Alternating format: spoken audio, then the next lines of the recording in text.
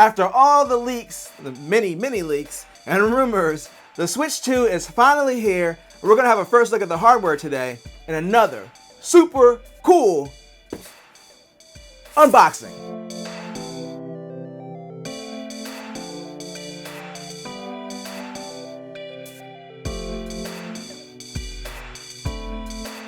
Welcome to Mike Techs It Out. I'm Mike, and of course I'm here today with the Switch 2. So this video is just going to be an unboxing and my first impressions of the hardware. I'm going to have another video in a week or so after I get some time with it, just to give my impressions of the software versus the original Switch and some of the other handheld PCs on the market, like the ROG Ally and the Steam Deck. But for now, let's get this thing out of the box. I should also specify I got the Mario Kart bundle, so it just has a little...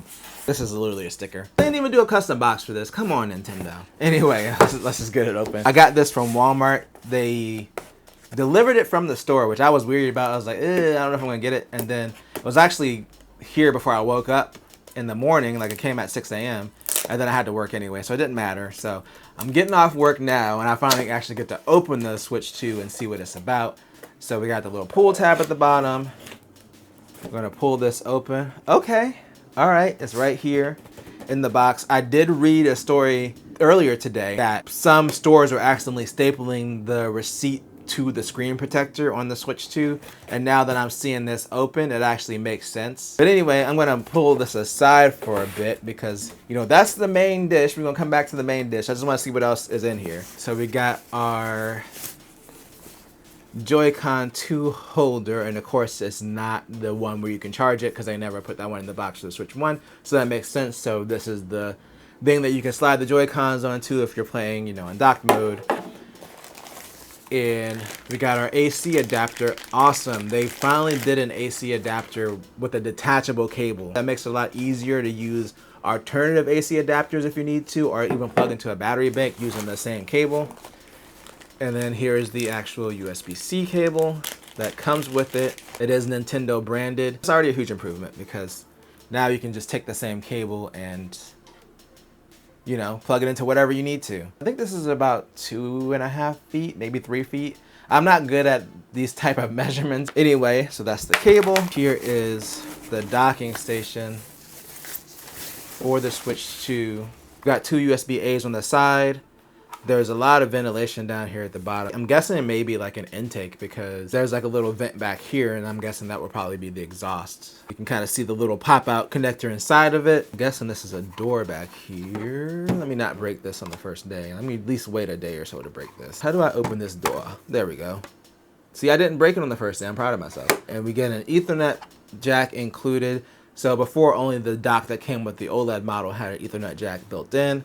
But now you get an Ethernet jack built in, you got HDMI, and then you got the USB-C port for the AC adapter. So it looks like it's only the 2 USB-A's as far as the additional USB that you get on the system. I am curious because of them removing the feature for VRR over docked mode, if this is HDMI 2.0 or 2.1. I feel like that'll probably be found out soon. If it already hasn't been, I haven't really checked. But the dock, it's a dock. It's still relatively light. It doesn't feel as light as the Switch 1 because this has a fan in it, so it's a little bit heavier, but it's not unmanageable, and it's not that much bigger. So let's go ahead and get the actual system out.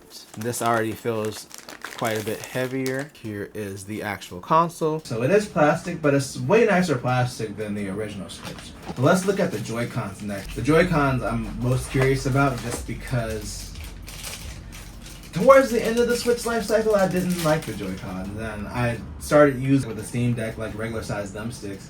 I just felt the travel not be great. Of course, you can't say all that without having an original Switch. So here's the original Switch, and here's the OLED. For the heck of it, I also bought a Steam Deck. Wait, are there wrist straps in here that I missed? I must have missed the wrist straps.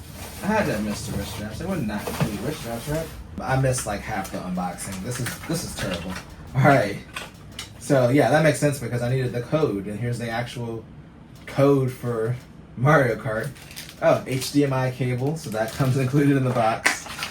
And then here are the connectors for the wrist strap / the mouse functionality, which I forgot was a thing. Nintendo does not ship a system without wrist straps. They haven't done that since the GameCube because it didn't need it. So we got the Switch 2 itself with the Joy-Cons, with the Joy-Con rails. the HDMI cable, the AC power brick, the USB-C cable, and this rail connector. First impressions of the console, it feels a little bit heavier than a regular Switch, but not significantly heavier. Probably the same as the OLED as far as the weight, given that the OLED is metal and the original was plastic, and this one is still plastic, but it's just bigger, so I'd say it's around that weight. The kickstand, it is better than the original Switch, let's not get that wrong, but I am a little bit disappointed because this feels a little bit flimsy. Like the hinge is sturdy, but this part, like if I drag this down, like this moves after it, like I feel like eventually it might just crack in the middle, but we'll see what happens. I probably personally won't use this a lot, but I could see if someone uses this a lot, that might become an issue. I can easily one-hand this, because again, this is pretty sure this is metal, the actual kickstand, but it's just way more solid, and it's also one solid piece. Now, I guess there's like the advantage that you can, I guess, hang this on something if you wanted to, because it's open, maybe. I don't know why they did that other than to save a little bit of money, but yeah, I think making it one solid piece might have been better, but then again, if it was like a rigid plastic, it still could have cracked.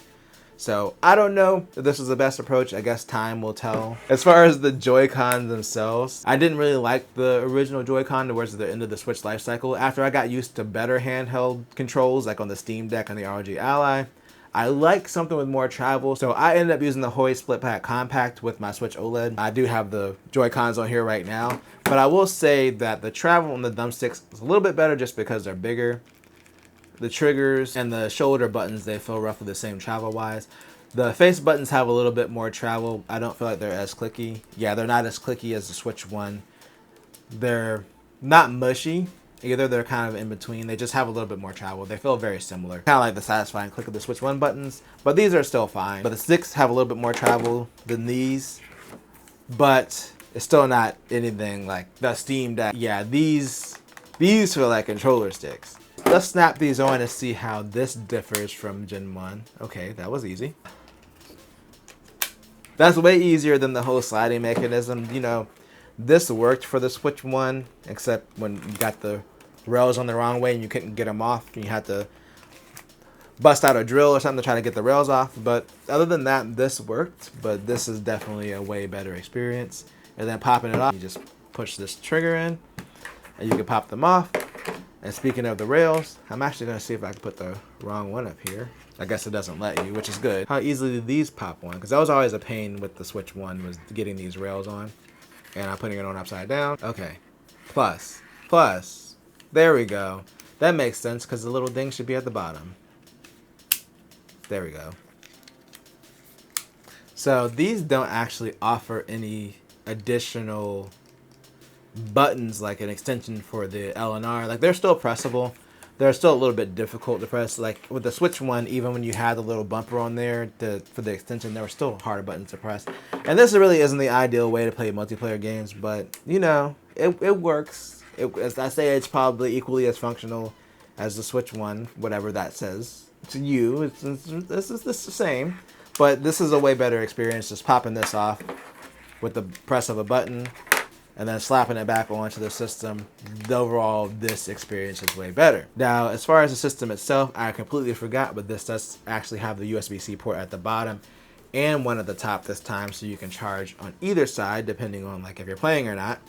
The game card slot is up here. Ooh, that's stiff. It actually has a metal part at the top. I don't think the Switch 1 or the OLED had that. Yeah, they didn't, so that's interesting. So there's like a little metal piece here at the top. I'm guessing that's probably to help guide the game cards in. Of course, across the top you also have your headphone jack, and then you have your volume rocker, similar to the Switch 1. It's in the same location basically. Yeah, at the bottom is pretty much just your single USB-C. Where does the SD card go? Under the stands, just like on the Switch 1. So yeah, hardware-wise, this definitely feels like a more refined version of the Switch. In the hand, this probably feels the same weight as the OLED. Now, I also have my original Switch. This definitely feels lighter because it's all plastic.